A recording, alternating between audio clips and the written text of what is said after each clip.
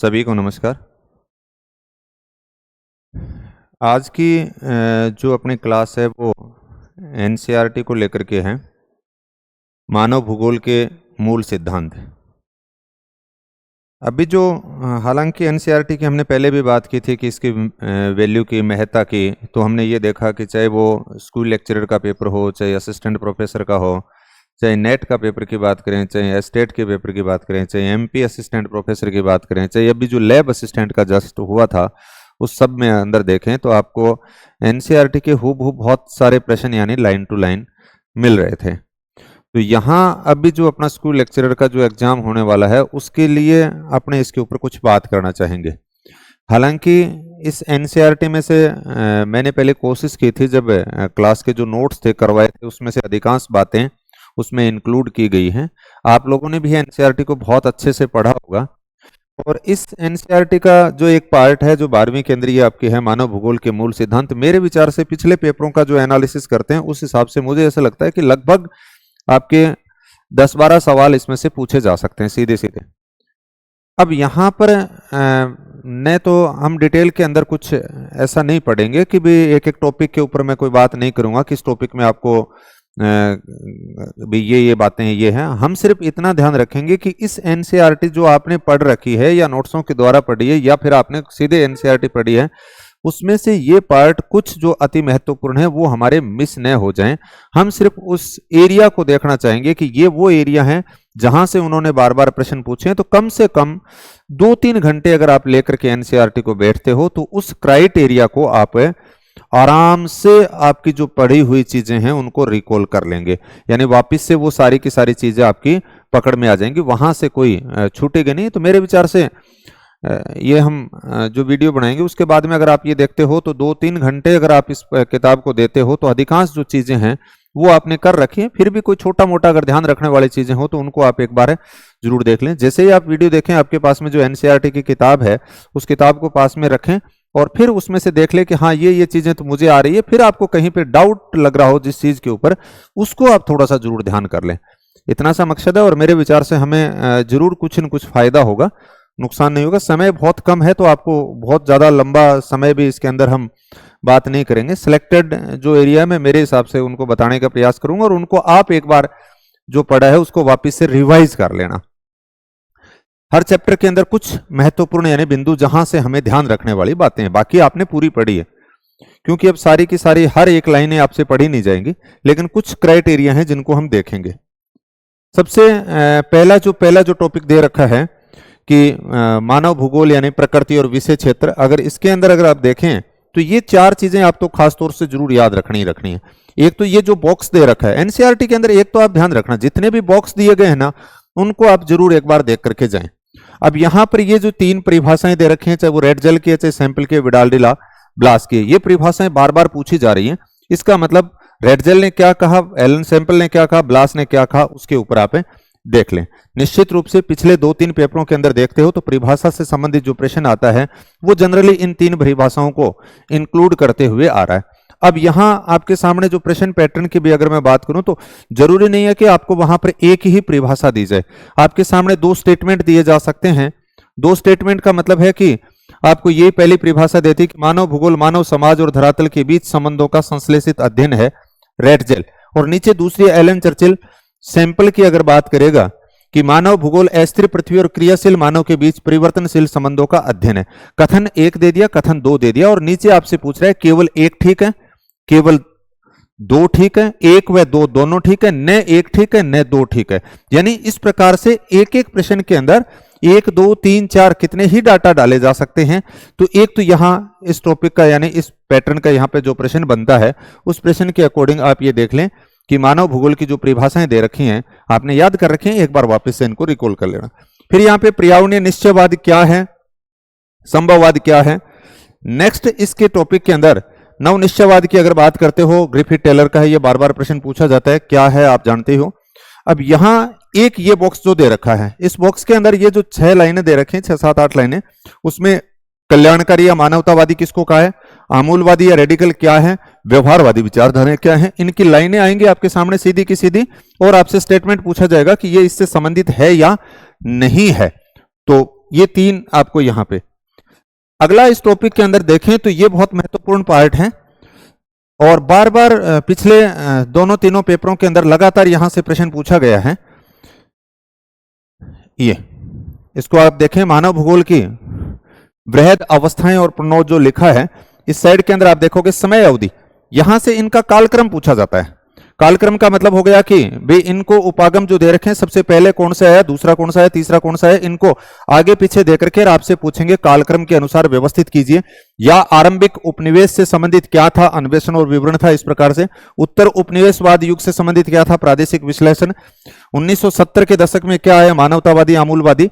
इस प्रकार से आपसे मैच करवाए जा सकते हैं या फिर इन उपागमों को आगे पीछे देकर के कालक्रम के अकॉर्डिंग आपको व्यवस्थित करवाया जा सकता है या समय अवधि के अकॉर्डिंग इनको मैच करवाया जा सकता है। या फिर आप देखोगे कि अन्वेषण और विवरण की जो बात की है आरंभिक उपनिवेश युग के अंदर, इसमें विशेषताएं क्या थी, यानी ये जो पैराग्राफ जो दे रखा है वो हमारा महत्वपूर्ण है। हालांकि ये जो मैं बातें कर रहा हूं एनसीईआरटी की जो है वो सारी की सारी हमने नोट्सों के अंदर तो की हैं, इसमें कोई दोहरा नहीं। अधिकांशतः मैं ये कह सकता हूं 90-95% हमने कवर करने की चीजें कोशिश की हैं, लेकिन फिर भी अगर कोई रह गई हो तो अलग बात है। तो एक बार आपके पास में चाहे नोट्स भी पड़े हो तो भी ये क्राइटेरिया जरूर देख लें, वापस से उनको रिकॉल कर लें। और दूसरा ये जो पेज है फर्स्ट टॉपिक के अंदर, यहां ये भी बहुत महत्वपूर्ण है। इसके अंदर सामान्य आपसे जो प्रश्न पूछा जा सकता है, आप थोड़ा सा मानसिक रूप से पहले से तैयार रहें कि भी कैसा प्रश्न हो सकता है। यहां पे एक साइड में आपको दिए हैं मानव भूगोल के क्षेत्र, जैसे सामाजिक भूगोल। अब आपके सामने ऐसा हो सकता है सामाजिक भूगोल के क्षेत्र में सम्मिलित, आपके सामने ये 4 दे दिए। 4 का मतलब था कि आपको एक दिया व्यवहारवादी भूगोल, एक दिया सांस्कृतिक भूगोल, एक आपको दिया सैन्य भूगोल, एक आपको दिया कृषि भूगोल। और प्रश्न पूछा सामाजिक भूगोल से संबंधित कौन सा है या कौन सा नहीं है। केवल ए या ए बी सी डी इस प्रकार से बनाए जा सकते हैं या इनको मैच करवाया जा सकता है कौन सा किससे संबंधित है, तो इसको। और इसके बाद में भी आप देखोगे व्यवहारवादी भूगोल जो है, यहां पे सामाजिक विज्ञानों के सहयोगी अनुशासकों से अंतरपृष्ठ, जैसे अवकाश का भूगोल का संबंध समाजशास्त्र से, सांस्कृतिक का मानव विज्ञान से है, चिकित्सा भूगोल का महामारी विज्ञान से है। ये भी आप जरूर देख करके जाएं। मेरे विचार से इन दोनों सारणियों में से निश्चित रूप से एक प्रश्न पूछे जाने की संभावना है। जो पिछला जो पैटर्न है उसको अगर देखते हुए अगर आप बातें करें, मुश्किल नहीं है, आप लोगों ने पहले से पढ़ रखा है। ये तो हुई फर्स्ट टॉपिक की बात। इसी प्रकार से सेकंड जो टॉपिक है इसका, विश्व जनसंख्या वितरण वृद्धि घनत्व। यहां से अभी आपने देखा लैब असिस्टेंट के अंदर भी आया था, पिछले स्कूल लेक्चरर में भी आया था और एपी वाले में भी आया था। तो इसमें से कैसे कैसे आपको 5-7 प्रश्नों के ऊपर खासतौर से जो चीजें हैं वो ध्यान रखनी है, वो मैं बात करूंगा।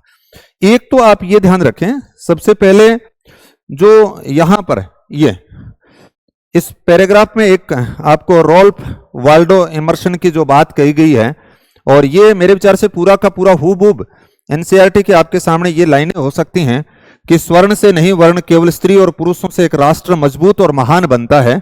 सत्य और सम्मान की खातिर जो डटे रहते हैं और कष्ट झेलते हैं, जो परिश्रम करते हैं जब अन्य निद्रा मग्न होते हैं, जो साहस दिखाते हैं जब अन्य भाग खड़े होते हैं, वही लोग राष्ट्र के स्तंभों की गहरी नींव डालते हैं और आकाश तक उसे ऊंचा उठाते हैं। आपके सामने ये पूरा स्टेटमेंट देकर के आपसे पूछा जा सकता है कि उक्त कथन किसका है। तो यहां एनसीईआरटी के इस पैराग्राफ में तो ये है राल्फ वाल्डो इमर्सन।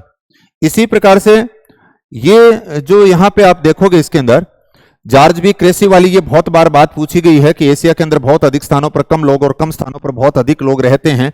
और ये जनसंख्या की जो प्रारूप के जो वितरण की बात कर रहे हो कि भी 90% जो जनसंख्या है वो 10% भाग के ऊपर रहती है। विश्व के 60% जनसंख्या 10 देशों के अंदर निवास करती है, वो कौन कौन से हैं ये आप इसमें से देख लें। तो ये 3 या 4 प्रश्न यहां से बनते हैं। इसके बाद में नेक्स्ट पेज के ऊपर देखें तो यहां पे ये आपके सामने ऐसा प्रश्न भी हो सकता है। देखो, जनसंख्या घनत्व किसको कहते हैं आपको पता है?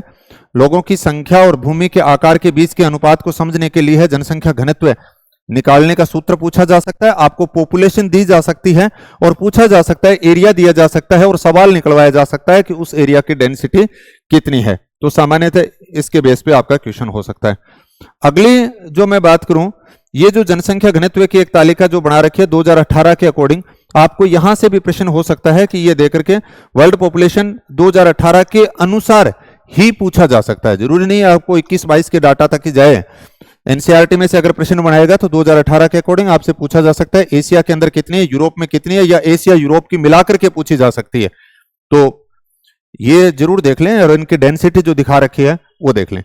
अगला ये जो टॉपिक यहाँ पे जनसंख्या वितरण को प्रभावित करने वाले कारक, जो इस बार लैब असिस्टेंट के अंदर पेपर में दे रखा था, उसके पहले एपी वाले में भी यहां से प्रश्न दे रखा था।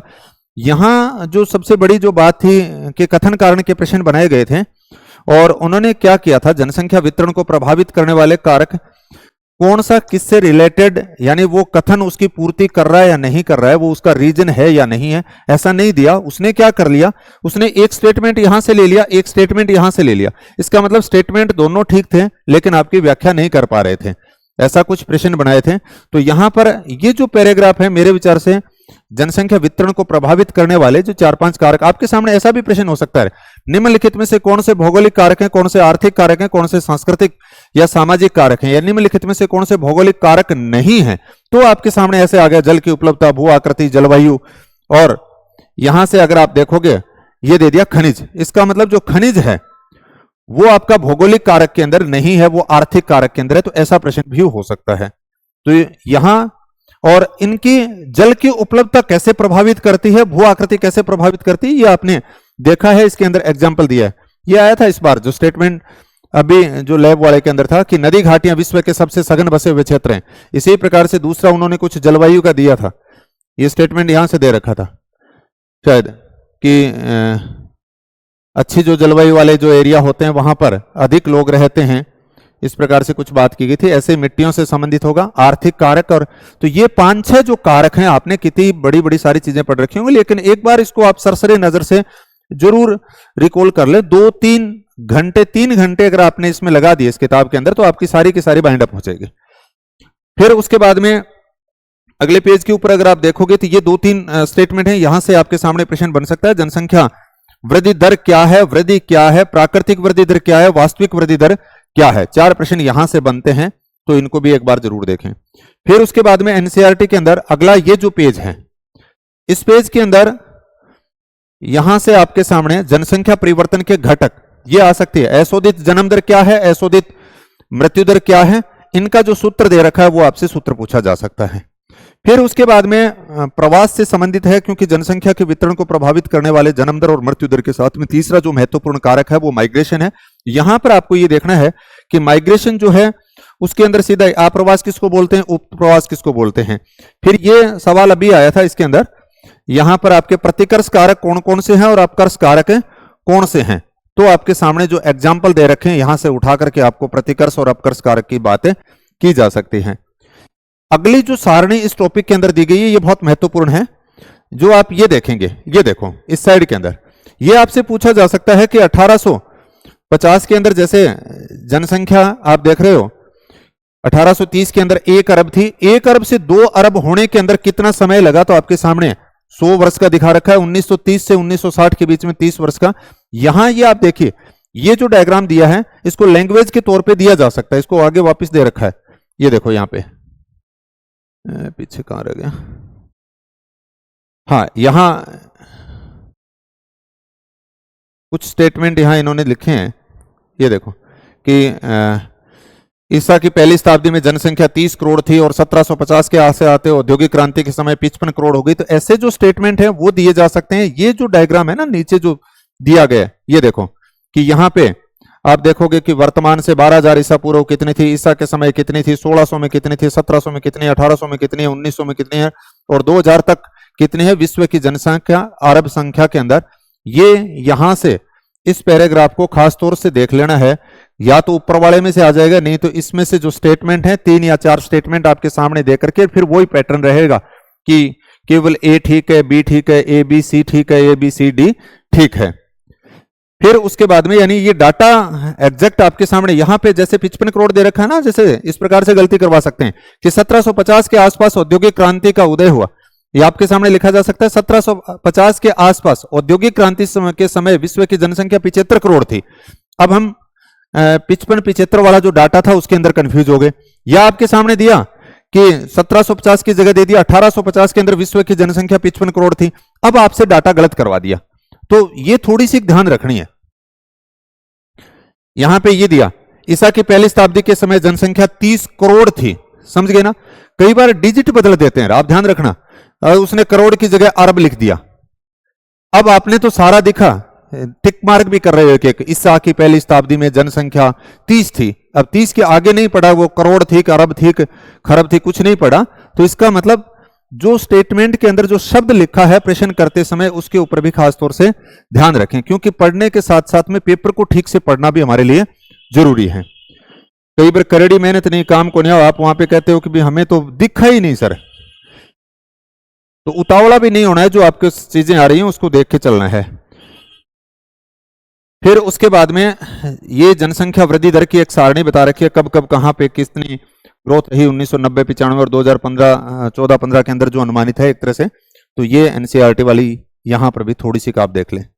फिर उसके बाद में यहां से ये प्रश्न जनसंख्या संक्रमण जो सिद्धांत इसके अंदर दिखा रखा है, बहुत छोटा सा लिखा है, लंबा चौड़ा है नहीं, लेकिन इसमें 4-5 तरह के सवाल आपके सामने हो सकते हैं। एक आप ये देखेंगे कि जनसंख्या संक्रमण सिद्धांत कब दिया इस चक्र के अंदर, ये भी पीछे आया था कि ग्रामीण खेती हर समाज, ये डायग्राम भी देते हैं कई बार। डायग्राम में के अंदर क्या देते हैं कि जैसे ये दे रखा है इसके अंदर, इसने हूबहू ऐसा ही डायग्राम आपके सामने वहां पे आता है, एरो जो दे रखा है, ग्रामीण खेती हर परिवार, जनसांख्यिकीय संक्रमण नगरीय औद्योगिक, यानी एक ग्रामीण परिवार जब नगरीय और एक खेती हर जो समाज था वो औद्योगिक समाज के अंदर बदलता है, तो वहां की जनसांख्यिकीय संरचना के अंदर बदलाव आता है। ये बात बताई गई इसमें कि जनसंख्या डेमोग्राफिक जो ट्रांजिस्टर थ्योरी की बात करते हुए जनसंख्या के अंदर संक्रमण की जो अवस्था है।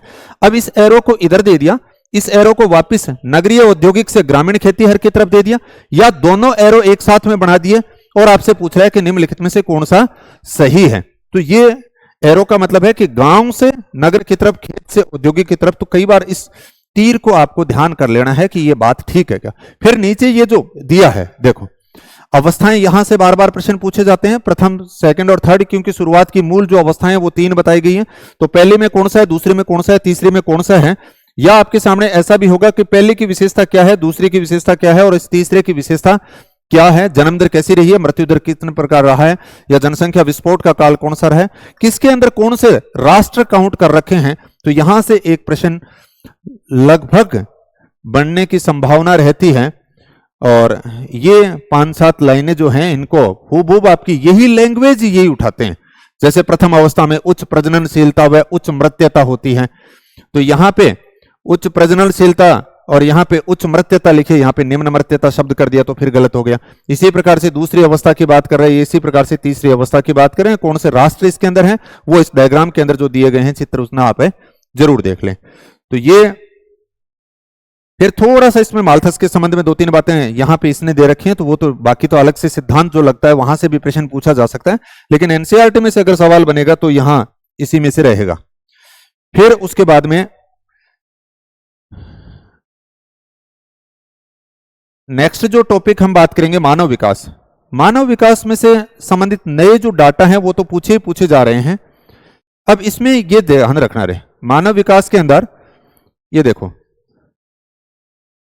ये प्रश्न आया था अभी पहली बार, इसके ऊपर किसने बात की तो महबूबुल हक की बात आ गई। ये जो नीचे जो बात की गई है ना, ये पूरे के पूरे पैराग्राफ की जो 5-7 लाइनें हैं इनको आपको जरूर पढ़ना है, क्योंकि इनके जो ये स्टेटमेंट हैं वो ये पूछे गए हैं।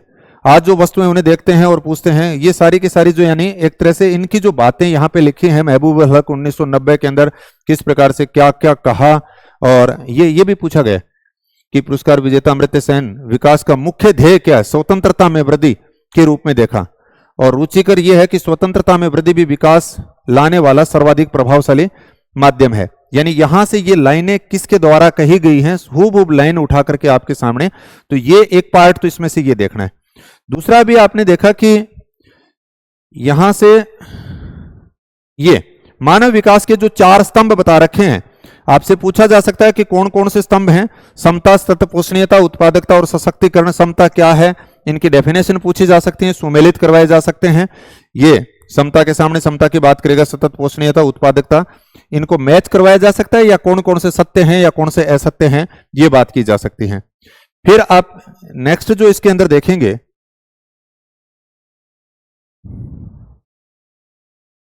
वो आपके सामने, ये पिछली बार भी यहां से स्कूल लेक्चर में प्रश्न आया था और बार बार यहां से प्रश्न आ रहा है कि मानव विकास का जो मापन हो रहा है, मापन के लिए 3 जो पैरामीटर की बात की गई है वो बार बार पूछे जा रहे हैं। स्वास्थ्य का मूल्यांकन, प्रौढ़ साक्षरता दर और सकल नामांकन और संसाधनों तक पहुंच। और अब ये दिया था कि प्रत्येक को, पिछली बार ये प्रश्न आया था कितनी भारिता दी जाती है, 1/3, 1/4, 1/5, इस प्रकार से। तो प्रत्येक जो वैल्यू है उसको 1/3 के संदर्भ में माना जाता है। ये आपके सामने आ सकते हैं। मानव विकास के जो उपागमों की अगर आप बात करें तो मानव विकास के उपागम कौन कौन से, इनका क्रम पूछा जा सकता है। सबसे पहले जो मानव विकास का उपागम आया, आय आ गया, फिर कल्याण आ गया, फिर आधारभूत आवश्यकता आ गई, फिर क्षमता आ गया। क्षमता उपागम प्रश्न ये भी होता है कि अमर्त्य सेन से संबंधित कौन सा है, तो आपने बता दिया कि क्षमता है। यहां पर आईएलओ ने जो आधारभूत आवश्यकताएं 6 बताई गई हैं आपके सामने, ये भी हो सकता है कि उन्होंने 6 कौन कौन सी बताई हैं, तो 6 यहां पे ये नाम लिखे गए हैं। और इसमें क्रमिक जो है, क्रम जो है वो आपसे पूछा जा सकता है। काल क्रमानुसार मानव विकास के उपागमों को व्यवस्थित कीजिए। फिर उसके बाद में ये यहां से भी प्रश्न पूछा गया था, काफी पुरानी एक तरह से बात की गई। अभी जो लैब वाला जो पेपर आया था उसमें ये लाइनें आई थी, आपने देखा होगा कि प्रदेश के आकार और प्रति व्यक्ति आय का मानव विकास से प्रत्यक्ष संबंध नहीं है। दूसरी लाइन यहां पे उन्होंने प्रश्न ऐसे बना दिया था, श्रीलंका और ट्रिनिडाद टोबैगो, तो उसने दिया था श्रीलंका का जो मानव विकास सूचकांक की दृष्टि से भारत से ऊंचा है। हालांकि इन्होंने जो डाटा की जो बात की गई है ये 2020 की बात कर रखे हैं। तो हम क्या करते हैं कि जनरली मानव विकास सूचकांक के आंकड़े तो पढ़ लेते हैं भाई। ये देख लिया कि अभी जो 23, 24, 25 की जो रिपोर्ट है 24-25 के अंदर, उस रिपोर्ट को देख लिया और यहां से इस बात को छोड़ दिया। तो उन्होंने यहां से भी आपके सामने प्रश्न बनाए थे और पुनः इस प्रकार का प्रश्न बनाए जाने की संभावना रहती है। फिर उसके बाद में इस टॉपिक में से ये भी देख लेना रहे, ये है तो पुराना लेकिन सीधा उठा के दिया जा सकता है कि ये एक जो आर्टिकल लगाया गया, आर्टिकल के साइड के अंदर ये छोटी सी एक बात लिखी है कि मानव विकास प्रतिवेदन 2006 के अनुसार। अब अपने 6 की किस लिए याद रखें, लेकिन उन्होंने दे दिया क्योंकि एनसीईआरटी के अंदर आप में दे रखा था कि 6 के अनुसार भारत किस स्थान पे है, तो 126वें स्थान पर। और 2020 में ये और नीचे चला गया, 131वें पायदान पर चला गया। भारत का 130 देशों से पीछे होने का कारण क्या है, ये तो एक प्रश्न पूछा है। लेकिन ये दोनों जो डाटा है 126वां और 131वां, तो 2006 और 2020 के 2 स्टेटमेंट आपको यहां से दिए जा सकते हैं और ऐसा प्रश्न बना करके। और हमें रिपोर्ट याद थी 2024-25 वाली और उसने 2006 की बात कर रहा है 2000। फिर हम ये सोचते हैं कि यार हम ये कहां से पता नहीं कब कब कैसे कैसे पूछते हैं। तो थोड़ी सी किन के ऊपर आप इस प्रकार के जो आर्टिकल हैं या बॉक्स के अंदर जो चीजें दे रखे हैं उनको तो खास तौर से ध्यान रख लें, उनमें से प्रश्न बनाए गए हैं और बनाए जा सकते हैं। नेक्स्ट अगर बात की जाए, अगला ये जो टॉपिक है प्राथमिक क्रियाएं, यहां से पिछले अगर पैटर्न को अगर देखा जाए तो 100% लगभग 2 सवाल तो यहां से पूछे गए हैं इस टॉपिक में से। यानी जो आर्थिक क्रियाओं का एक तरह से आप आएगी, प्राथमिक द्वितीयक तृतीयक आर्थिक क्रियाओं का टॉपिक हो गया। फिर उसके बाद में दूसरा जो आप देखते हो विटलसी का जो हम क्लासिफिकेशन की बात करते हैं कृषि भूगोल के अंदर, तो उसमें से जो अधिकांश थे जो सवाल हमारे यहाँ पे क्रिएट किए जा रहे हैं तो वो इन्होंने यहां से दिए। अब इनमें 3-4 तरह के सवाल, एक तो प्राथमिक द्वितीयक तृतीयक, क्योंकि अगले 3-4 टॉपिक यही हैं। आपको ये देखना है कि प्राथमिक क्रिया के अंदर आखेट और संग्रहण 2 चीजें ध्यान रखनी है, एक तो उसका क्षेत्र और एक उसकी विशेषताएं क्या हैं। तो इस प्रकार से ये 6-7 पेज हैं।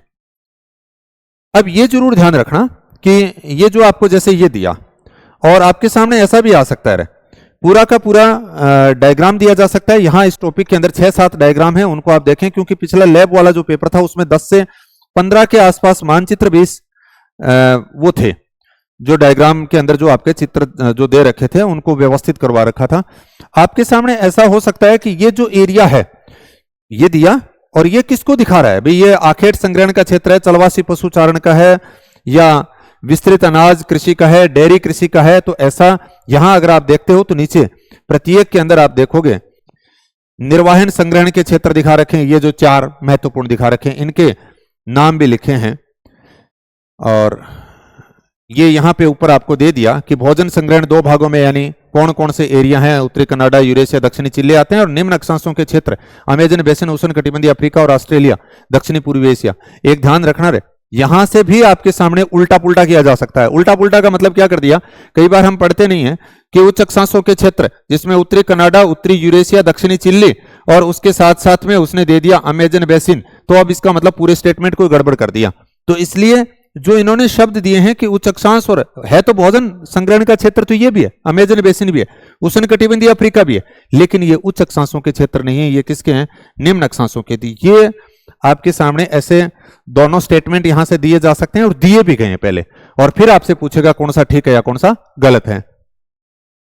फिर ऐसा ही आप ये चलवासी पशुचारण के प्रमुख जो क्षेत्र दे रखे हैं उनको जरूर देखें। 3 प्रमुख क्षेत्र बता रखे हैं, यहां पे ये दिखा दिए, और आगे डायग्राम में भी इन्होंने ये देखो, ये चलवासी पशुचारण का ये जो एरिया दिखा रखा है, ये ध्यान कर लेना। ऐसे इनको भी आपके सामने जो चलवासी पशुचारण के जो एरिया हैं यहां पीछे जैसे दे रखे हैं, ये रे ऊपर अगर आप देखोगे तो इस प्रकार से आपको यहां पे मिल जाएंगे।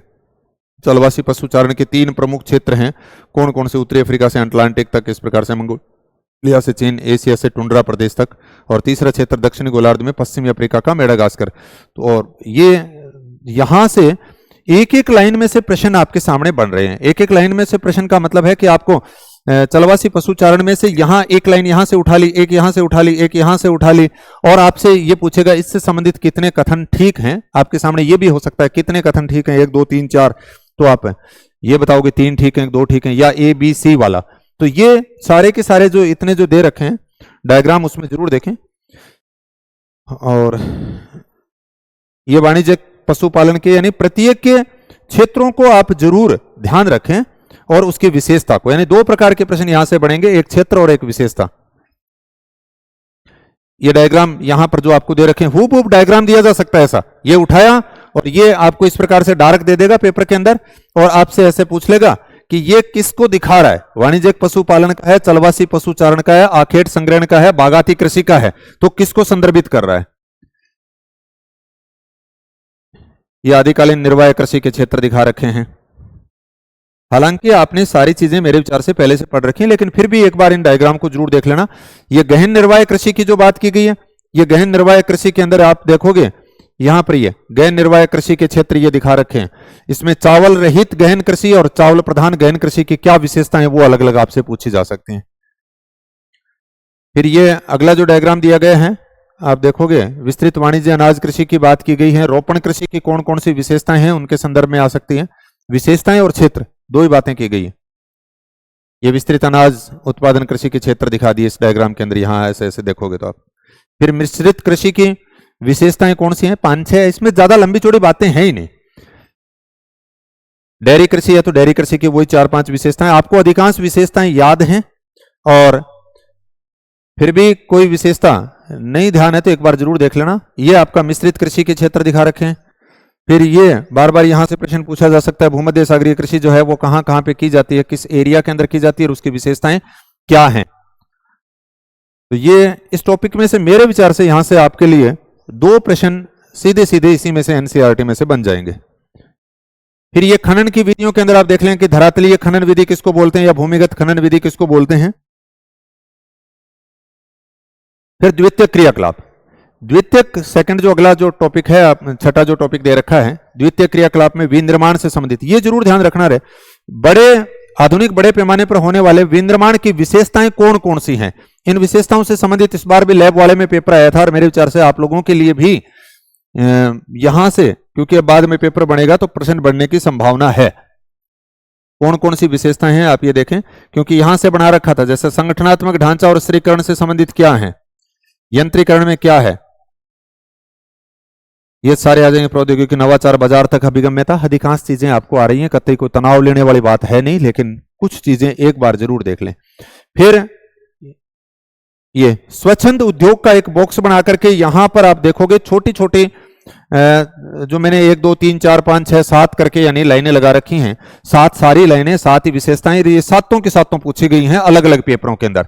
तो आपके सामने जैसे स्वच्छंद उद्योग व्यापक विविधता वाले स्थानों पर स्थित होते हैं, जैसे 1 नंबर की दे दी, 3 नंबर दे दी, इसमें संगठक पुर्जों पर निर्भर रहते हैं, 6ठी दे दी, सामान्यतः ये उद्योग प्रदूषण नहीं फैलाते हैं, और स्थापना में कारक सड़कों का जाल द्वारा होता है। इस प्रकार से ये जो दे रखी हैं 6-7 विशेषताएं, इस बॉक्स को बड़े ही ध्यान से पढ़ लें, हो सकता है हमारे सामने भी यहां से प्रश्न आ जाए।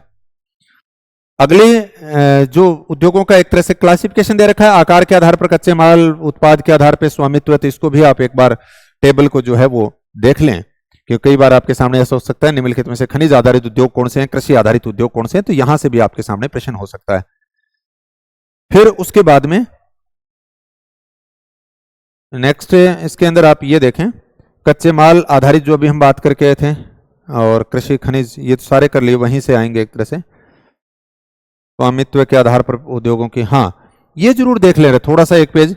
लोहा इस्पात उद्योग के बारे में बात की गई है वैश्विक स्तर के ऊपर, यानी ये कहां कहां पर इस उद्योग के, खास तौर से ये इतने से जो एग्जाम्पल दे रखे हैं वितरण के अंदर, ये एक पेज के अंदर ये बार बार पूछा जाता है, जंग का कटोरा पीट्सबर्ग से संबंधित हैं। और ये जो आप देखोगे कि संयुक्त राज्य अमेरिका के महान उत्पादक जो क्षेत्र हैं वो कौन कौन से, यानी ये दिखा दिए, महान झील वाला, उत्तरी अप्लेशियन वाला, अटलांटिक का स्पेर। अब ये आपके सामने ऐसे भी हो सकता है, देखो शिकागो, गेरी, इरी ये महान झील से संबंधित है, पीट्सबर्ग किससे है, उत्तरी अप्लेशियन से संबंधित है, स्पेरोज पॉइंट और मॉरिस बेलो किससे संबंधित है, अटलांटिका से संबंधित है। और ये आपके सामने आ सकते हैं, जैसे सुमेलित करवा सकता है, ग्रेट ब्रिटेन का ब्रमिंघम सेफील्ड आ जाएगा, जर्मनी का ड्यूसबर्ग और डॉर्टमंड आ जाएगी, डुसुलडॉर्फ आ जाएगा, एसएन फ्रांस का ली क्रियूसोट आ जाएगा। तो ये आपके सामने सुमेलित करवा सकते हैं और पूछ सकते हैं कौन सा सही है या कौन सा नहीं है। तो मेरे विचार से ये 10-12 जो नाम यहां पर हैं इनको आप खास तौर से जरूर देख लें। और सूती कपड़े के संबंध में भी कुछ ऐसी सी बात की गई है, यहां पर थोड़ा सा केस में ज्यादा नहीं है। उच्च प्रौद्योगिकी संकल्पना के लिए 5-7 लाइनें जो दे रखी हैं देखें। फिर नेक्स्ट जो अगला पाठ है अध्याय 7वां, जो जिसमें तृतीयक और चतुर्थक क्रियाकलाप की बात की गई है, इसमें से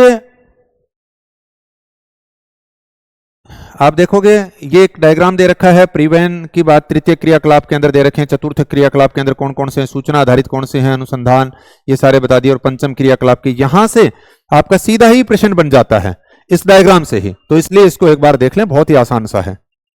जैसे आपको दिया थोक व्यापार किस में आ रहा है, तृतीय क्रियाकलाप के अंदर। आप देख रहे हो संचार किस में आ रहा है, तृतीय के अंदर आ रहा है। आपने देखा कि सूचना अनुसंधान और विकास किस में आ रहा है, चतुर्थ में आ रहा है। विशेषज्ञ, निर्णयकर्ता, परामर्शदाता किस में आ रहे हैं, पंचम क्रियाकलाप के अंदर आ रहे हैं। तो ऐसे नीति निर्धारक किस में आ रहे हैं, पंचम क्रियाकलाप। ये प्रश्न पीछे ही आया था, तो यहां से बार बार इस में से आ रहे हैं, प्राथमिक, द्वितीयक, तृतीयक, चतुर्थक और पंचम क्रियाकलाप के अंदर कौन कौन से चीजें आ रही हैं। तो एक बार आप इसको देख लेंगे तो भी बहुत चीजें हैं वो हमारी कवर हो जाएंगी।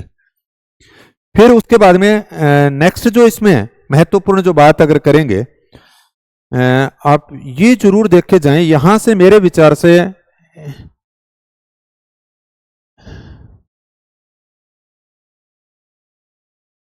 ये यहां से जरूर देख लें, पंचम क्रियाकलाप के अंदर इन्होंने जो बाह्य स्रोतन की ये जो बात की गई है ना, ऑफशोरिंग की बात की गई है, और केपीओ ये कई बार पूछा गया है, नॉलेज प्रोसेसिंग आउटसोर्स यानी केपीओ की बात की गई है। यहाँ ये विशेषता लिखी गई है, ये पैराग्राफ, इसमें से 2-3 बार प्रश्न आ गया है। तो इस पैराग्राफ को आप खासतौर से पंचम क्रियाकलाप के अंदर केपीओ और बीपीओ के, ऐसा प्रश्न भी आया था ये आउटसोर्सिंग के भाग के अंदर, यानी केपीओ में क्या होता है, इसका पूरा नाम पूछा था, जैसे ये ऐसा प्रश्न पूछा था। नॉलेज प्रोसेसिंग आउटसोर्सिंग यानी ज्ञान प्रकरण में बाह्य स्रोत, इसमें शामिल क्या है, उच्च कुशल कर्मी, उदाहरण क्या है, अनुसंधान और विकास। बीपीओ के अंदर यानी बिजनेस, व्यवसाय प्रकरण में बाह्य स्रोतन। तो ये एक तरह से इसके अंदर, इस पैराग्राफ के अंदर ये सारी बात यहां लिखी गई हैं, और ये प्रश्न बार बार बनाया जा रहा है। तो इसको एक बार ये 4-5 लाइनें आप बड़े ही इत्मीनान से देख लें। फिर उसके बाद में अगला जो नेक्स्ट जो टॉपिक है, परिवहन और संचार का अध्याय 8 के अंदर, इसमें से मेरे विचार से एक में तो कोई चक्कर को नहीं, 2 प्रश्न हो सकते हैं, और एक प्रश्न की या 2 प्रश्न जो रहने वाले हैं वो सारे के सारे यहां आकर के रहेंगे। ये जो एक तरह से ये तो विशेषताएं पूछी जा सकती हैं, रेल मार्गों की इनकी विशेषताएं जो एक तरह से हैं वो तो आपने लैंग्वेज पढ़ी है। इसमें एक तो ये दे रखे हैं, इनको जरूर देखना, ये जो यहां पे दे रखे हैं ना, खासतौर से जैसे पार साइबेरियन रेल मार्ग, इस पूरे पैराग्राफ को देखना है, एक बार वापस से पढ़ लेना। इसी प्रकार से पार कैनेडियन रेल मार्ग, आपसे एक एक डाटा पूछा जा सकता है। ऐसे कनाडा की यानी पार कैनेडियन रेल मार्ग, ये 7050 किलोमीटर है, यहां पे आपको 7000 की जगह 8000 दे दिया तो गलत हो गया, 7050 किलोमीटर है। ये लंबी रेल लाइन कहां से कहां तक है, इसके ऊपर कौन कौन से रेलवे मार्ग है, ये देखना। और इनके लिए हमने अलग से, हालांकि ये सारे डायग्राम हमने पहले नोट्सों के अंदर किए हुए हैं, तो ऐसा कोई चिंतित होने की आवश्यकता नहीं है। और वहां पर तो मैंने प्रत्येक के लिए एक एक के लिए सूत्र भी बनाए कि ट्रांस साइबेरियन हम इस प्रकार से याद रख लेंगे, पार कैनेडियन इस प्रकार से याद रख लेंगे। तो प्रत्येक के लिए एक एक के लिए सूत्र बनाए हुए हैं, उनको आप एक बार रिवाइज कर लें उन सूत्रों को, तो फिर आसानी रहेगी आपके सामने। ऐसा ये जो स्टेशन दे रखे हैं ना, ये सारे याद रखने, इनको आपके सामने पूर्व से पश्चिम, पश्चिम से पूर्व, ये 6-7 जो डायग्राम दिए गए हैं पिछले 2-3 सालों के पेपरों के अंदर देखते हो तो यहां से इस एरिया से बार बार सवाल बनाए जा रहे हैं। जैसे आपको सेंट पीटर्सबर्ग दे दिया, कजान दे दिया, आपको यहाँ पे चिता दे दिया, व्लादिवोस्टॉक दे दिया, और वो आपको कहता है पूर्व से पश्चिम, पश्चिम से पूर्व व्यवस्थित कीजिए। फिर उसके बाद में या फिर आपके सामने ऐसा हो सकता है कि आपको ये 3 स्टेशन इसके दे दिए, जैसे पीटर्सबर्ग दे दिया, मास्को दे दिया, कजान दे दिया, और एक स्टेशन आपको इसमें से दे दिया, जैसे विनिपेग दे दिया, रेगिना दे दिया, कैलगरी दे दिया कोई, और आपसे पूछता है कि निम्नलिखित में से कौन सा ट्रांस साइबेरियन रेल मार्ग से संबंधित है या नहीं है, कौन कौन से हैं। काफी मुश्किल सवाल बनाया जा सकता है यहां से। और ये जो विशेषताएं दे रखी हैं एक एक, इस बार आया था आपने ये जो देख रखे हैं ऑस्ट्रेलियन पार महाद्वीपीय रेल मार्ग, जैसे ब्रोकन हिल की बात की थी, ओरिएंटल एक्सप्रेस का बुडापेस्ट पूछा था, उन्होंने ऐसा पूछा था कि ये स्टेशन किस रेल मार्ग से संबंधित हैं, तो ऐसे हमसे भी पूछे जा सकते हैं।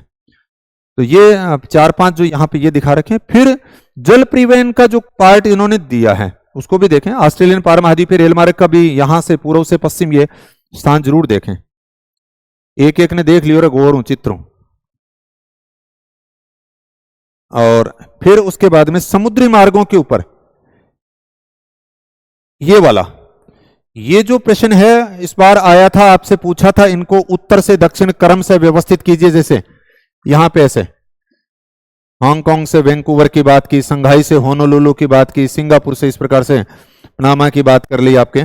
इनको आप ये 7-8 दे रखे हैं, मेरे विचार से तो वापिस यहां से आपके सामने प्रश्न इस प्रकार का जैसे पूछा था भाई, पहले यहां से पूछ लिया था, अब आपके सामने ये पार्ट पूछा जा सकता है। तो इनको आप दक्षिण से उत्तर या उत्तर से दक्षिण पूछता कैसे है उसके अकॉर्डिंग इस डायग्राम को, यानी प्रमुख समुद्री मार्ग और समुद्री पत्तन जो वाला जो डायग्राम दे रखा है इसको वापिस से। हाँ, यहां दूसरा जो सवाल आपके सामने ये भी हो सकता है कि इनके अंदर जो समुद्री पत्तन है इनको क्रम से दिया जा सकता है, या आपके सामने डायग्राम में ऐसा भी हो सकता है, ये डायग्राम देकर के ए यहां पे लगा दिया, बी यहां पे लगा दिया, सी यहां पे लगा दिया और डी यहां पे लगा दिया, और आपसे पूछा जा सकता है कि ए बी सी डी को क्रम से व्यवस्थित कीजिए। तो मैप बेस आपके सामने ऐसा चित्र आ सकता है। तो मुख्य मुख्य इन स्थानों को एक बार आप जरूर देखें। फिर स्वेज नहर और पनामा नहर की जो बात की गई है उनका तो आपको एक एक स्टेटमेंट और ये जो डायग्राम दे रखे हैं, यानी ये कितनी गहरी है, कितनी लंबी है, कहां से कहां जोड़ती है, कौन कौन से इसके ऊपर जो आप यूं कह सकते हो बंदरगाह हैं, तो ये जो डायग्राम दे रखा है और बीच के अंदर ये क्या क्या चीजें हैं, ये हर एक लाइन जो आपको दे रखी है 5-7 लाइनें इसकी हैं और 5-7 लाइन ही इसकी पनामा नहर की दे रखी हैं। ये इस बार आया ही था पनामा नहर से संबंधित, जैसे पूर्व में अटलांटिक महासागर को पश्चिम में प्रशांत से जोड़ती है, इसका निर्माण पनामा जलडमरू, पनामा नगर से कोलोन की जगह कुछ उसने और नाम दे रखा था, संयुक्त राज्य अमेरिका के द्वारा किया गया निर्माण, ये भी प्रश्न पूछा था। और 72 किलोमीटर के लंबे जगह शायद उसने कुछ 92 दे रखा था, ऐसे कुछ गलत करवा रखे थे। तो ये कितनी गहरी है, कितने इसमें जलबंद तंत्र हैं, ये सारी जो 6-7-8 लाइन जो दे रखी है वो, और इसका जो डायग्राम जो ये दिया गया है इस डायग्राम को ये देखो, उत्तर के अंदर यहां पर आप देखोगे ये इस प्रकार से कॉलोन आ गया, इस साइड के अंदर यानी पनामा आ गया, बीच के अंदर ये कौन कौन सी झीलें हैं, बांध जो दे रखे हैं उनको आप देखें। फिर इसी प्रकार से राइन का जो है इसके संबंध में 6-7 लाइनें जो दे रखी हैं वो आ जाएंगी, और राइन का ये जो डायग्राम है वो जरूर देख लें। डेन्यूब, वोल्गा, वृहद सेंट लॉरेंस और मिसिसिपी, ये 4-5 मतलब इस पेज को आप एक बार जरूर देख लें। मेरे विचार से 2 प्रश्नों की हमें यहां से हेल्प मिल सकती है। आप लोगों ने पहले से बहुत अच्छा कर रखा है तो ठीक है, अन्यथा एक बार अभी हमारे पास समय पड़ा है, इनको जरूर रिकॉल कर लें। मेरा कहने का भावार्थ यही नहीं है कि भी आपको पूरे दिन एनसीईआरटी ले बैठे रहे, मैं तो ये कह रहा हूं कि भी मैंने पहले भी बताया था कि आप 2 घंटे का जो रेगुलर अगर काम करते हो, पीछे से बताया था, और वही 2 घंटे अभी आपके पास में जैसे करीबन 7-8 दिन और पड़े हैं, उन 7-8 दिन के अंदर भी आप इस प्रकार से 2 दिन अगर आपने इसको दिए, 2 दिन दूसरी को दिए, तो मतलब आपके जो 5-6 पार्ट हैं, किसी में 1 दिन लगेगा, किसी में 2 दिन, तो वापिस से सारी रिवीजन हो जाएंगी जो आपको रिवीजन करनी है एनसीईआरटी की चीजें। 2-2 घंटे अगर आप दे करके काम करते हो तो भी। ये भी इस बार उसमें दे रखा था कि यहां से दिया था जैसे वृहद झीलों से संबंधित कि छोटे छोटे यानी प्रपातों के कारण, वहां पर आपसे पूछा था कि नदियों पर पाए जाने वाले छोटे छोटे प्रपातों के कारण सामानों को छोटे मालवाहक पोतों पर लादना पड़ता है, तो ये किस कारण से बाधाएं आ रही थी वो प्रश्न पूछा था। तो मिसिसिपी के भी आ सकते हैं, तो इसको जरूर देख लें। हाँ, ये भी डायग्राम इस बार पूछा गया था। और अब आप इसको वापस से, प्रमुख हवाई पत्तन, यहां पे उन्होंने हवाई पत्तन ये दिए थे ऐसे, इनको उत्तर से दक्षिण जैसे ऐसे क्रम से करवा रखे थे कुछ, जैसे उन्होंने शायद बर्लिन दे रखा होगा, जिनेवा दे रखा होगा, पेरिस दिया था या मैड्रिड दिया था, इनको उत्तर से दक्षिण। अब आपके सामने ये पूर्व से पश्चिम, उत्तर से दक्षिण, ये जो नाम है यहां से वापिस, और निकटतम निकटतम भी दे रखे थे ये तो। इसलिए आप एक बार इस को बड़े इत्मीनान से रोटी पानी खाता खाता टाइम भी देख लियो कि इनकी ठीक हो गई जो पहले से है। कुछ ऐसे सोच रहे होंगे कि फिर बहुत सारी बातें बता दी आपने, तो सारी किताब को ऐसे कर दिया, हम इतनी कैसे याद रखेंगे। आपकी जो याद की हुई है, मैं नहीं कहता कि आपने कभी नहीं पढ़ी और आप एक दिन के अंदर सारा कुछ कर लेंगे, नहीं, आपने पहले से पढ़ रखा है, मैं ये मान के चलता हूं। और आप लास्ट टाइम में जो रिवीजन करते हैं उस दौरान इन चीजों को जरूर ध्यान रख ले। फिर उसके बाद में संचार साहिब, कोई बात नहीं है। फिर अंतर्राष्ट्रीय जो व्यापार वाला जो टॉपिक है, इसके अंदर यहां आकर के आप जरूर देखें अंतर्राष्ट्रीय व्यापार के आधार वगैरह क्या है वो आप बता देंगे। इसमें ये वाला यहां से बार बार एक प्रश्न पूछा जा रहा है, और इनको चाहे आप सूत्र से देखें, डायग्राम से देखें, कैसे ही देखें, हालांकि हमने सूत्र बना करके वहां पे ये सारे किए हुए हैं जो प्रादेशिक व्यापार समूह की बात की गई है।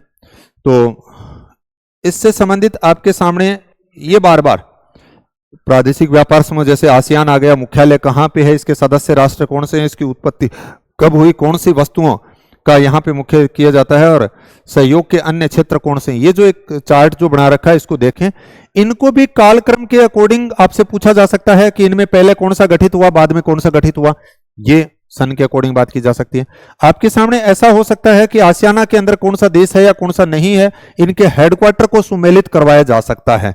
तो यहां पर लैंग्वेज बनाई जा सकती हैं, सीधे पूछे जा सकते हैं। और एक अगला जो महत्वपूर्ण यहां से जो पतनों का संबंधित बात आ गई, पतनों के प्रकार, औद्योगिक पतन कौन से होते हैं, वाणिज्यिक पतन कौन से होते हैं, अवस्थिति के आधार पर अंतर्देशीय पतन के उदाहरण पूछे जा सकते हैं और बाह्य पतन के उदाहरण पूछे जा सकते हैं। जैसे अंतर्देशीय पतन के अंदर यहां पे दे रखा है, आप देखो, मैनचेस्टर एक नहर से जुड़ा है, मैफिप मिसिसिपी में नदी पर स्थित है, और राइन के भी अनेक पतन है जैसे मैन हिन और ड्यूसबर्ग। इसी प्रकार से कोलकाता हुगली नदी के ऊपर है। तो ये आपसे अंतर्देशीय पतन कौन सा किससे संबंधित है ये पूछा जा सकता है। और बाह्य पतन के उदाहरण यहां पे ये दे रखे आपके सामने। ऐसा भी हो सकता है तेल पतन का उदाहरण कौन सा है, मार्ग पतन के उदाहरण कौन से, इनके डेफिनेशन पूछी जा सकती है और इनके एग्जाम्पल पूछे जा सकते हैं। यहां से बार बार एक सवाल बनने की संभावना रहती है। अंत्रोपी पतन के ऊपर तो पता नहीं कितनी बार सवाल पूछे गए कि कौन कौन से हैं या अंत्रोपी पतन है क्या। तो ये एक छोटा सा पैराग्राफ यहां पे एनसीईआरटी के अंदर दे रखा है, मेरे विचार से ज्यादा टाइम नहीं लगेगा। फिर उसके बाद में मानव जो बस्तियां हैं, इनको अंदर आप ये देखें ग्रामीण और नगरीय बस्तियों के अंदर क्या अंतर है। और 1900 ये देख लेना है यहाँ पे 1991 की भारतीय जनगणना में नगरीय बस्तियों को किस प्रकार से डिफाइन किया गया है कि 5000 वहां की जनसंख्या होनी चाहिए, 75% पुरुष गैर कृषि कार्यों के अंदर संलग्न होने चाहिए और 400 जनसंख्या प्रति व्यक्ति वर्ग किलोमीटर हो। यहां कई बार क्या करते हैं, हमसे गलती ऐसे करवा लेते हैं कि उन्होंने दिया तो यही है कि कम से कम 5000 व्यक्ति, यहां पे लिखा है कि कम से कम 5000 व्यक्ति वहां पे निवास करते हैं, 5000 व्यक्ति प्रति आप यूं कह रहे हैं कि भी उन्होंने जो एरिया की बात की है कि पॉपुलेशन कितनी हो 5000। दूसरा आपको दिया 75% पुरुष, तो पुरुष की जगह वो महिला लिख देते हैं। 75% है, पुरुष की जगह क्या लिख दिया, महिला। और इसी प्रकार से जनसंख्या घनत्व 400 व्यक्ति प्रति वर्ग किलोमीटर लिखा है और वो कई बार 400 व्यक्ति प्रति वर्ग किलोमीटर की जगह मील कर देते हैं। तो हमने 5000 भी देखा, 75 भी देखा, 400 भी देखा और सब चीजें आ रही थी, उसके बाद में गलत हो गया। क्यों हो गया? क्योंकि उस चीज को हमने ठीक से पेपर होल के अंदर नहीं पढ़ा। बहुत सारी बार विद्यार्थियों के सामने यह समस्या रहती है कि गुरुजी मैंने प्रश्न सारा हुआ लेकिन फिर भी मेरे वहां पे गलत हो गए। मैं आज भी बता सकता हूं 5000 की पॉपुलेशन चाहिए, 400 व्यक्ति प्रति वर्ग किलोमीटर जनसंख्या घनत्व चाहिए, 75% पुरुष श्रमिक गैर कृषि कार्यों में संलग्न चाहिए। यहां पे कई बार ऐसा भी हो सकता है इसको गैर को हटा दे और कृषि कार्यों में संलग्न हो, तो भी फिर गलत हो गया। तो ये हर एक शब्द को जब आप पेपर पढ़ते हो तो वहां पे आपको ये ध्यान भी रखना है, क्योंकि अन्यथा तो आपकी मेहनत काम नहीं आएगी।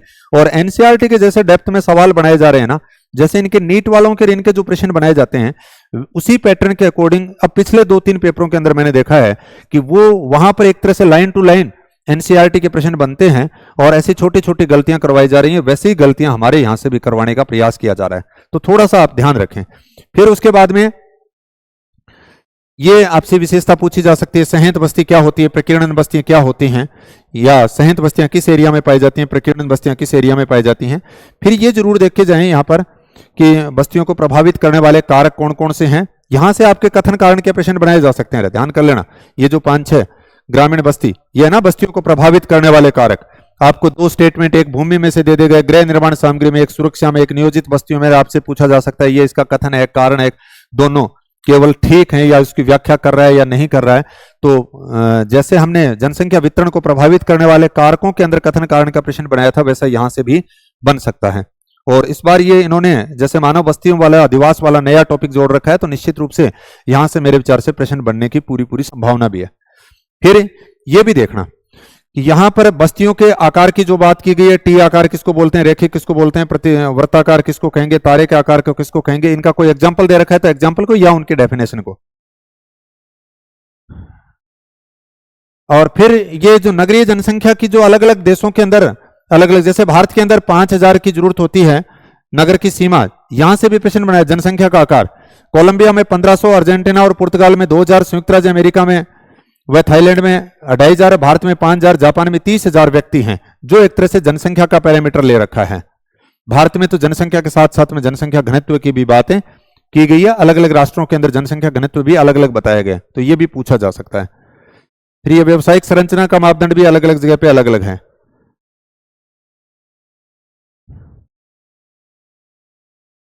फिर उसके बाद में ये आपसे पूछे जा सकते हैं यहां से एग्जांपल कि ये प्रशासनिक नगर का उदाहरण कौन सा है, व्यापारिक और व्यावसायिक नगर का उदाहरण कौन सा है, सांस्कृतिक नगर का कौन सा है, या फिर आपके सामने ये जो यहां पे दी है ना, नगरीय क्षेत्रों के कार्यों के आधार पर जो वर्गीकरण किया गया है, तो यहां से हमसे प्रश्न पूछा जा सकता है।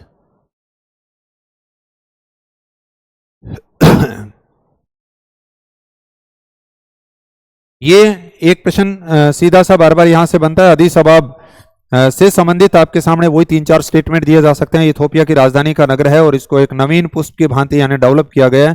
तो ये कब इसकी, ये एक नया नगर जिसकी स्थापना 1878 में की गई। कैनबरा के बारे में आपको ये डायग्राम भी दिया जा सकता है कि ये दोनों डायग्राम में से किसी को उठा करके ये किसको दर्शा रहा है, ये किसको दिखा रहा है। तो ये अदीस अबाब का है इस प्रकार से, और ये आपका सामने नियोजित नगर की बात की गई है, कैनबरा का है, तो इसको भी जरूर देख लें। फिर उसके बाद में आप ये देखें, शहर किसको बोलते हैं, सन नगर किसको बोलते हैं, मिलियन सिटी किसको बोलते हैं, विश्व नगरी किसको बोलते हैं, और इनकी एक एक दो दो बातें लिखी गई हैं। प्रथम मिलियन सिटी कौन सा था, या विश्व नगरी किसको, नाम किसने दिया, ये बार बार यहां से एक प्रश्न पूछा जाता है।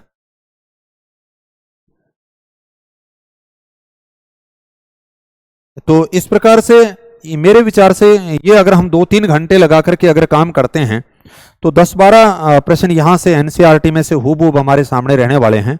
तो एक बार थोड़ा सा अगर आप 2-3-4 घंटे का अगर प्रयास करेंगे इस किताब में से, तो हमें फायदा हो सकता है। हालांकि इस प्रकार की हमारी 6 बुकलेट हैं, समय मिला तो बाकी किसी के ऊपर हम और चर्चा करेंगे, लेकिन अभी जितना समय था उसके अकॉर्डिंग मैंने इसको बताने का प्रयास किया। एनसीईआरटी की मैंने पहले भी बताई थी कि एक एनसीईआरटी की टेस्ट सीरीज भी बना रखी है और उसमें सारे यही डाटा दिए गए हैं। तो आप एक बार अगर आपको समय मिले तो उसमें से कोई टॉपिक अगर कुछ करके देखना चाहें, कुछ लाइनें भी अगर उसमें से पढ़ना चाहें तो आप पढ़ लें, ताकि हमें पेपर के अंदर कुछ फायदा हो सकता है। उसके लिए मैंने बताया था आपको कुछ नहीं करना, पीजीसी क्लासेस का ऐप डाउनलोड कर लें और वहां पर आप जब बैच के अंदर जाओगे तो एक गूगल फॉर्म जो है, पीजीसी क्लासेस का ऐप डाउनलोड करके गूगल फॉर्म आप भर के सबमिट करवा देना और आपको इसके अंदर ऐड कर दिया जाएगा। बाकी कोई और आपको जानकारी चाहिए तो इस नंबर के ऊपर 90-797-11-545 पे आप मैसेज कर सकते हैं। और ये एक डाटा से संबंधित मैंने एक वीडियो भी बनाई थी और उसके लिए 15-20 पेज जो हैं, हालांकि अधिकांश डाटा पहले मैंने लिखवा दिए नोट्सों के अंदर, फिर भी कुछ जो चेंजेस वाले हैं वो इसके अंदर आपको मिल जाएंगे। और ये आपको टेलीग्राम के ऊपर है, पूरी की पूरी बुकलेट है वो है, वो मिल जाएगी, और ऐप के ऊपर भी मिल जाएगी।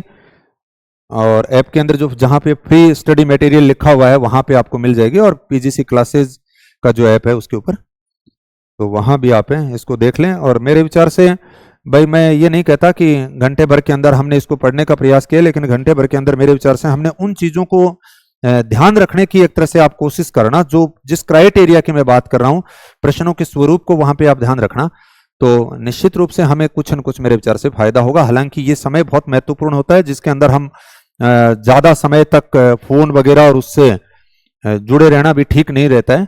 लेकिन कुछ चीजें आप इसको डबल पे या डेढ़ पे करके उसको, अगर जब भी आप खाना वाना खा रहे हो उस समय आप सुन लें, अतिरिक्त समय इसके अंदर चाहे न खर्च करें। और आपका कोई सुझाव हो तो बताएं, और कुछ अंकुश? ठीक है, चलो ठीक है भाई, धन्यवाद।